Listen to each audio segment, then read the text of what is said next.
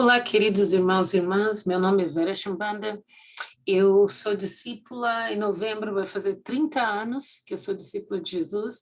Eu fui convidada na Universidade de São Paulo, no Brasil, há quase 30 anos agora, então, desde então tem sido uma aventura estar no Reino de Deus. Eu pude participar do time missionário que foi para Belo Horizonte. Depois fui para a África, participei, treinei em Johannesburg, depois fui para o time missionário que foi para Moçambique, depois Angola, também ajudei a cuidar da igreja em Cabo Verde, e também voltei para Johannesburg e fiquei liderando lá no ministério, como uma líder de ministério de mulheres, e agora eu moro aqui nos Estados Unidos, já faz quase 20 anos, onde eu completei meu doutorado agora para fazer, trabalhando em duas universidades e fazer o trabalho de clínica, psicologia em clínica, e também fazendo o acompanhamento e educando outros clínicos também. Então, muito obrigada por essa oportunidade de estar aqui nessa conferência. E não, eu sei que quando eu vou para o Brasil, às vezes as pessoas falam meu sotaque está um pouco misturado. Então, se vocês não entendem alguma coisa que eu falo, me falam depois. Quando a gente tiver aquela parte interativa, tivermos algumas questões que vocês tenham. Tá bom? Eu quero começar esse tema de hoje falando um pouco da minha jornada com essa questão de solidão e depressão nos tempos de pandemia. Como vocês sabem, todos nós temos sido muito afetados pela pandemia, né? Trouxe muita confusão, muita solidão, depressão, muitos ficaram com muito medo, frustrados, né? E ainda temos muitas pessoas lidando com essas emoções que muitas vezes são muito intensas para diferentes pessoas. Então, eu vou falar de algumas maneiras como a pandemia do Covid-19 tem nos afetado na nossa vida diária e também como é importante proteger, como discípulos, como proteger a nossa saúde mental. E não, como vocês sabem, o problema de depressão não é uma coisa nova. A gente tem visto que no mundo inteiro a depressão é uma coisa que está se expandindo, né? E é conhecido agora nos tempos modernos como uma doença crônica também, então que deve ser tratada como qualquer outra doença, como diabetes, pressão alta. A gente tem que ir no médico, a gente tem que procurar ajuda, e a gente tem que, às vezes, tomar medicação para melhorar, mas eu quero que a gente entenda um pouco esse processo. Então, vocês podem ver que no mundo inteiro a gente está vendo milhões e milhões de pessoas sofrendo de depressão, sofrendo de solidão também. Então, não é uma coisa que está ficando muito comum, na verdade, uma coisa que está ficando muito comum no dia a dia, infelizmente. Eu quero contar um pouquinho da minha jornada, né, minha experiência pessoal com depressão, que foi alguns anos atrás, até uns 20 anos atrás, eu estava na África até, e eu comecei a sentir muito cansaço e muito desânimo, perdendo motivação e o ânimo para fazer as coisas, e eu lembro que esse desânimo, essa tristeza, uma coisa que não era explicável, e eu pedi ajuda, o médico não achou nada físico, né? Então ficou entendido que era alguma coisa emocional, e nesse tempo eu estava mesmo em Johannesburgo e ajudando a cuidar das igrejas em Angola e Moçambique, e foi aí que eu precisei tirar um tempo para poder me cuidar. Eu fui trabalhando essa fase com um psiquiatra, com um psicólogo, tive que tomar medicação por pelo menos uns 6 meses e me recuperar daquela fase tão depressiva, né? Eu me lembro que teve um dia que eu estava muito, muito desanimada, pensando, puxa, agora Deus não pode me usar, e foi aí que eu pensei até em pensamentos suicidas até. E não, eu lembro ligando para uma irmã e estava assim, sentada na rua, chorando, e ela veio com o marido e me ajudou, me pegaram, me levaram para casa, e eu tinha muito esse desejo de agradar a Deus, e eu sabia que se eu fizesse alguma coisa contra a minha própria vida, não, e não, como a Bíblia fala, não poderia estar próximo de Deus, então eu fiquei muito triste, muito preocupada com isso, né? Mas recebendo ajuda, recebendo aquele tratamento médico, eu pude me recuperar e pude ir em frente. E foi aí o desejo de estudar, eu fiz meu mestrado, eu fiz o doutorado, para poder mais ajudar pessoas com problemas emocionais e todos os tipos de problemas emocionais, e agora podendo treinar outros trabalhadores nessa área, né? Então, eu queria conversar um pouco com cada um de nós e pensar até o que Salmo 107:2 fala, que aqueles que o Senhor resgatou, e não, se o Senhor nos resgatou, proclame em voz alta aquilo que Ele tem feito. Então, Deus tem me abençoado muito desde então e dando um exemplo de que é possível superar essas emoções e é possível até voltar numa maneira de ajudar outras pessoas, usar aquele sofrimento, aquelas dificuldades para ajudar outras pessoas. Então, vamos entender um pouquinho o que é depressão, a solidão e a depressão nesses tempos de pandemia, né? E como a gente pode saber se uma pessoa está só triste, chateada com tudo que está acontecendo, ou é mesmo uma depressão clínica, uma coisa que a pessoa vai precisar procurar ajuda de profissionais de saúde, profissionais de saúde mental, né? Então, uma coisa que a gente vê que com a pandemia muitas pessoas têm estado longe das famílias, muitas pessoas têm perdido casamento, celebração de aniversário, até graduação, muita gente está perdendo a oportunidade de estarmos uns com os outros, né? Então, muitas vezes as pessoas se sentem tristes, alguns ficam gratos, porque, olha, nossa, estamos tendo saúde, mas daqui uma hora você fica ouvindo as notícias, você fica pensando naquele medo do que vai acontecer, aquela incerteza, e podemos ficar chateados também, aquela tristeza vem. Então, fica aquela emoção cima e embaixo, a gente passando muitos sentimentos com essas emoções e essas flutuações. E o isolamento, né, que vem criando essa situação de solidão, entendeu? E muitas vezes a gente nem sabe se a pessoa está tão triste, deprimida, que ela se isola, que é uma das características da depressão, ou a pessoa, porque está isolada, fica deprimida. Então, pode ser as duas coisas. Então, é muito importante entender esse aspecto da depressão. Então, quando a gente pensa em depressão, a gente pensa que a depressão é aquela ação, aquele efeito de estar deprimido, né? Uma coisa que é conhecida como uma doença crônica, que causa essa alteração do humor, entendeu? Que causa a tristeza, que causa esse desespero, muitas vezes a culpa, muitas vezes aquela tristeza, que às vezes nem tem aquele sentido, aquele motivo, mas você está muito triste, né? E também vemos que a solidão é aquela coisa da pessoa estar separada do dia a dia, do mundo, do contato com outras pessoas, né? Aquele isolamento que pode criar, nascer da tristeza ou a tristeza causar esse isolamento também. Então, é muito importante a gente entender que quando a questão é clínica, vocês vão ver que tem uma característica mais específica, né? Então, quais são os sintomas da depressão clínica?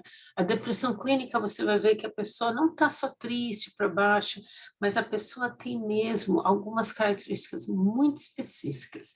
E não, a tristeza tem uma intensidade, uma duração, que muitas vezes dura aquela 2 semanas, a pessoa está triste, não está conseguindo dormir, não está conseguindo se alimentar, e a motivação perde total ânimo pelas coisas, a emoção, aquela tristeza, aquele vazio, a pessoa perde a alegria de viver, aquela angústia, né? O comportamento também muda e não menos atividades e menos produtividade nas coisas, né? A habilidade cognitiva também, você começa a esquecer as coisas, você está muito negativo, até negativo consigo mesmo, negativo com os outros, se achando inferior, se achando culpado, fisicamente muitas dores de cabeça, tontura, o corpo está dolorido, ou aquele ganho de peso, ou perda de peso, dependendo da pessoa, e o sono é muito afetado, a pessoa ou dorme muito, ou dorme pouco, é aquela situação difícil, né, que as pessoas passam. Então, a gente sabe que é uma coisa clínica quando aquilo passou 2 semanas, a pessoa ainda está sentindo esses sintomas. Então, de 2 semanas para cima, começa a impedir aquele dia a dia, o trabalho, a pessoa tão triste que não consegue trabalhar, não consegue ir para a escola, perdeu aquele ânimo. Então, essa é uma hora que a gente precisa pedir ajuda, precisa mesmo procurar um profissional de saúde, precisa ser aberto com alguém para poder receber ajuda, né?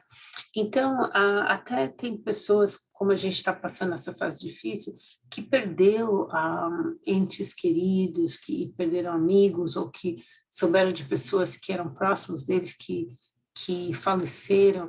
Então, às vezes tem aquele processo do luto, né, que a gente fala. Então, falando de 5 passos do processo de luto, algumas vezes a pessoa fica aquela, não, acho que é só uma frescura, isso vai passar logo, mas depois a pessoa continua com aquele sentimento que tudo está errado, né, e depois começa a sentir assim, como que eu vou mudar essa situação, aquele desespero começa, e não, e aquela tristeza que a vida, não há nada que se fazer. Mas aí, quando a pessoa pode pedir ajuda e receber ajuda, começa a aceitar. Então, você vê a última fotografia aí da pessoa nadando, enfrentando aquela situação e indo em frente, né? Então, quando a gente fala da solidão, a gente fala da depressão, é muito importante falar da saúde mental. Entender o que gera as pessoas ficarem nessa situação. Então, tem o próprio significado de saúde mental, que é essa expressão, né, da qualidade de vida, da pessoa ter esse ânimo, da pessoa ter essa saúde, a vontade de trabalhar, e como vocês podem ver aí o equilíbrio, né, da pessoa nessas áreas de vida social, de saúde intelectual, financeira, familiar, os relacionamentos e profissional. Então, todas essas coisas estando em harmonia, a pessoa podendo estar bem em todas essas áreas, a gente pode dizer que a pessoa está saudável. Mas quando a depressão acontece, a solidão acontece, é sinal que uma dessas áreas não estão sendo, não estão funcionando bem, algum problema em uma dessas áreas também. Então, quando a gente olha essas situações, às vezes aquela emoção, a gente fica pensando, o que é pecado, o que é doença, né? Então, João 9, 1 a 3 fala que quando aquele homem que estava com aquele problema de cegueira, e Jesus falou, era o problema dele ou o problema dos pais dele? Ele falou, não, era tudo para a glória de Deus. De entender que muitas vezes, quando passamos situações difíceis, podemos usar aquela situação difícil para agradar a Deus, né? Então, Mateus também fala que é pelos frutos que a gente sabe que uma pessoa está próxima de Deus, mas muitas vezes as pessoas têm aquela no profundo delas, aquele trauma, aquelas coisas difíceis que a pessoa passou e que só o batismo não vai curar. Que algumas pessoas que passaram esses problemas difíceis têm uma tendência maior de ficarem deprimidas, de ficarem sentindo isoladas. Então, é importante entender a história de cada pessoa, né? Entender o que as pessoas estão passando para poder receber ajuda. E não, mas tem muitas coisas que tem aquela dúvida, né? Tem a Bíblia versus a psicologia, né? E a gente pensa em Lucas 10, 27, fala que a gente tem que amar Deus com tudo e também com a nossa mente. Uma mente saudável pode servir a Deus, mas uma mente como Filipenses 4:8, que pensa o que é bom, que pensa o que é puro, que pensa o que é amável, isso também nos ajuda muito e diminui o estresse, que é isso que Filipenses 4:6 fala, né? Que é menos estresse, menos ansiedade, que a gente desenvolve aquela calma com Deus. E também a gente vê que tem uns benefícios, né? Os benefícios que a gente tem, que a Bíblia fala, quando a gente perdoa alguém, quando a gente se perdoa, aquilo também cria menos culpa, cria menos tristeza, cria menos depressão. Que é importante a gente olhar também como a gente pensa de nós mesmos, porque isso também afeta a maneira de estarmos superando essa depressão e essa solidão. Entendeu? O Mandela, ele falou que ele fala que ele aprendeu, né? Aprendi que a coragem não é a ausência de medo, mas o triunfo sobre ele. O homem corajoso não é aquele que não tem medo, mas aquele que conquista por cima do medo. Então, tudo isso para dizer que, na verdade, quando a gente sabe que alguma coisa não está indo bem, que é muito importante que a gente se assumir a responsabilidade, falar alguma coisa não está bem, conversar com alguém e pedir ajuda, muito importante. Então, às vezes, muitas vezes a gente quer pedir ajuda, mas tem uns terapeutas que são cristãos, outros que não. O importante é encontrar alguém que vai respeitar a maneira como você pensa, a maneira como você, sua fé em Deus, alguém que vai levar em consideração essas coisas. Nós temos um compromisso como terapeutas de levar em consideração a religião da pessoa, aquilo que a pessoa acredita. Então, é muito importante ter um terapeuta que vai levar em consideração, que vai ter um respeito pela maneira como você vê o mundo, né? Então, tem que ser alguém que te escuta, alguém que te entende, alguém que te fala como vai ser o plano, né? Para você saber exatamente o tipo de tratamento, né? E aquela pessoa que te escuta, é aquela pessoa que tem experiência naquele tratamento e sabe te informar exatamente o tratamento que vai ter. Então, é muito importante a gente enfrentar nosso problema, quando a gente está passando esse momento de depressão e solidão, receber responsabilidade, olha, reconhecer, eu estou sentindo assim, eu preciso buscar ajuda, né? Como a Bíblia fala, eu quero ficar curado, né? E se tiver algum problema com alguma pessoa, perdoar aquilo, né? E ter aquele desejo de pedir para o Espírito de Deus, falar, Deus, por favor, me mostra aonde é que o problema, né? Qual área que está sendo afetada para que eu possa ir em frente, né? Romanos 8:26 fala que em tudo Deus trabalha para o bem daqueles que o amam e Ele vai ajudar você a superar essa depressão e essa solidão. E não outras coisas que a gente pode falar como coisas práticas, cada pessoa é diferente, né? Como que a gente pode ajudar e confortar pessoas assim, é entender que primeiro a gente tem que cuidar da gente, né? Por exemplo, os alimentos, comer coisas saudáveis o melhor possível, se exercitar, ter uma rotina de dormir com a pandemia, muitas coisas dos horários ficaram muito confusas, mas dormir é muito importante, né? Cuidar, servir outras pessoas, que a Bíblia fala que quando você serve, é mais feliz aquele que dá do que recebe, né?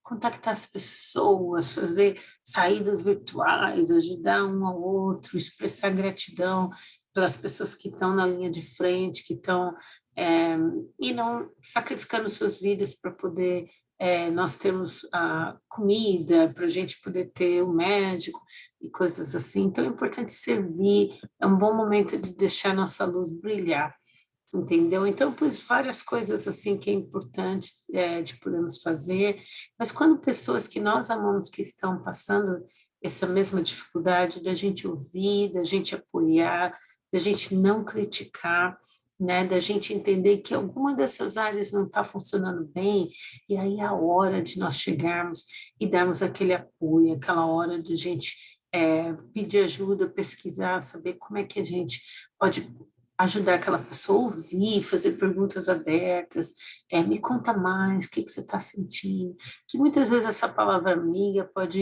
evitar muitas tragédias, as pessoas se machucarem, então é muito importante dar esse apoio também. Tá? Então, gostaria, se vocês tiverem alguma pergunta, eu estou aqui para responder. Muito obrigada por essa oportunidade.